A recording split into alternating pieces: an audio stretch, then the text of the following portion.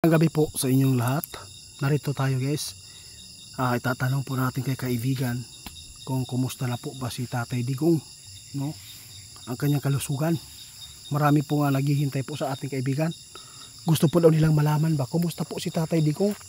Kung ano po ba ang mga balita na ikakabuti po sa makapanood nito, lalo na yung mga supporters po nila. Oh, salamat po kaibigan. Guys, meron alam si kaibigan. Kasi kaibigan, meron ako itanong sa inyo ha.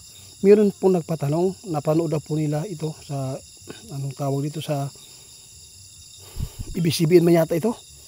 Nagpaabot sila na si Tatay Digong mahihirapan po daw makalaya. Oo.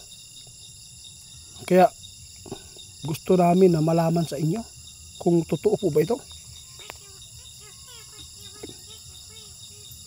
Ay nako, fake news pala yun. Ito po ang nakita ng ating kaibigan.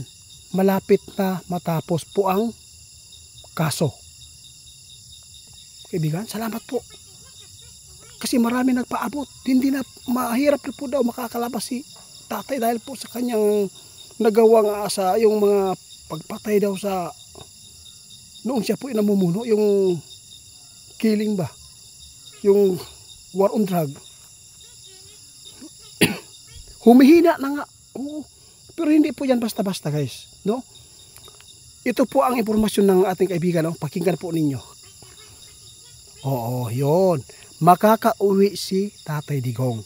Ngunit maraming mga tao na gustong sumalo, no? 'Di ba?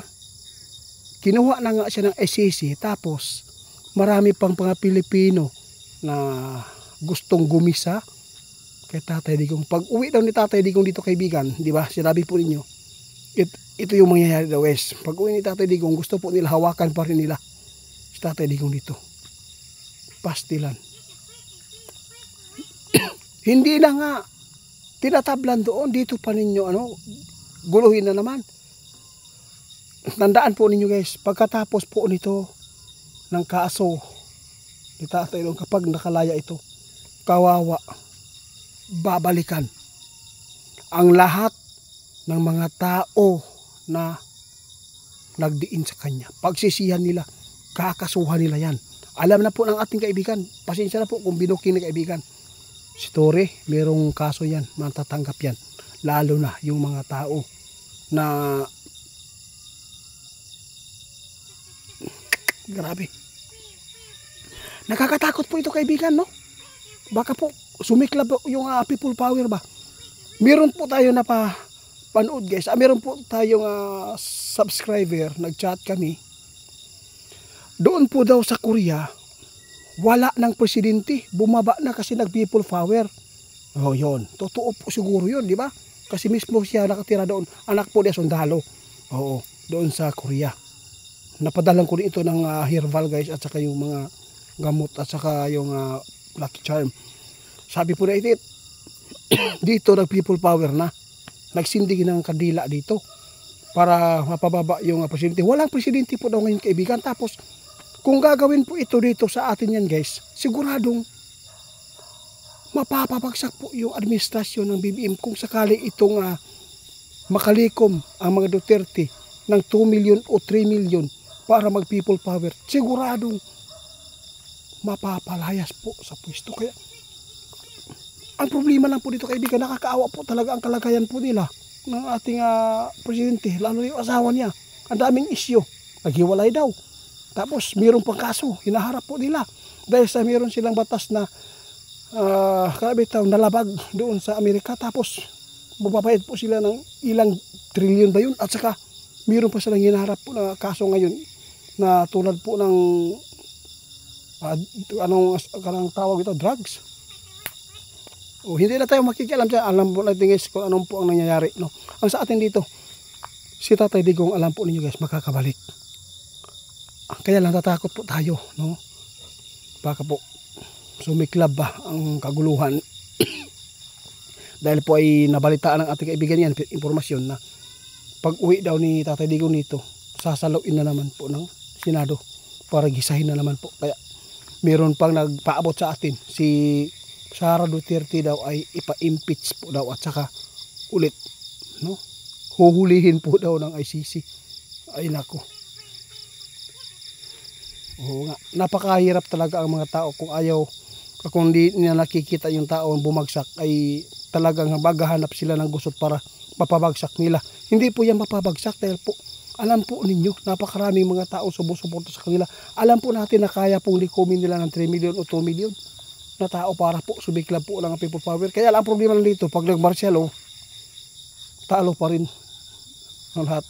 Kasi po marami po mga tao ngayon nga nag-aral ba kung paano na hindi na eleksyon. Ito po yung tandaan nyo guys ha. Tuklasan pa rin ni kaibigan ito kahapon. Sinabi po niya na marami ngayon na nagplano. Gusto po nilang anuhin yung kumilik na hindi mag-i-eleksyon sa sunod na presidente. Kaya hindi po ito pwede na mangyari.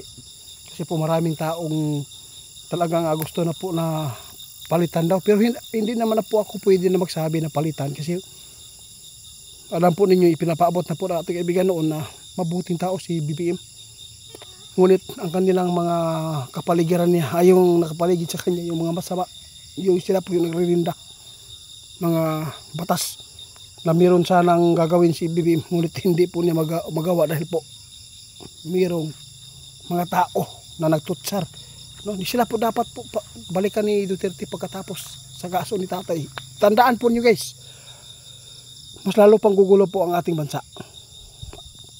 Pag uwi ni tatay, magulo pa rin. Pag si Sara Duterte, pag siya po ang makaupo, alam po natin kung saan po pupulitin yung mga tao na nagdiin sa kanila. So, meron man pong kamalian po talaga si Duterte. Ngunit marami nakabenepisyo po ng mga inosente. Kaya salamat po sa inyo kaibigan. Marami po nagsasabi na kayo ay nakatulong po sa mga babala na ipinapaabot po nyo dahil po lahat po ng sinasabi po nyo ay nagkatotoo. Maraming salamat po. Kung ano man po yung mga susunod pa na mga issue, informasyon na makukuha tungkol po dito sa bansa namin at kung ikakabuti ito, ipaabot lang po natin. Lalo na guys, mag-ingat po kayo sa kalamidad ngayon.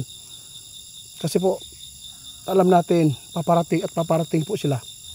Yung kalamidad na ito na di natin po kagustuhan na mangyari yung dabiguan, mangyayari dyan.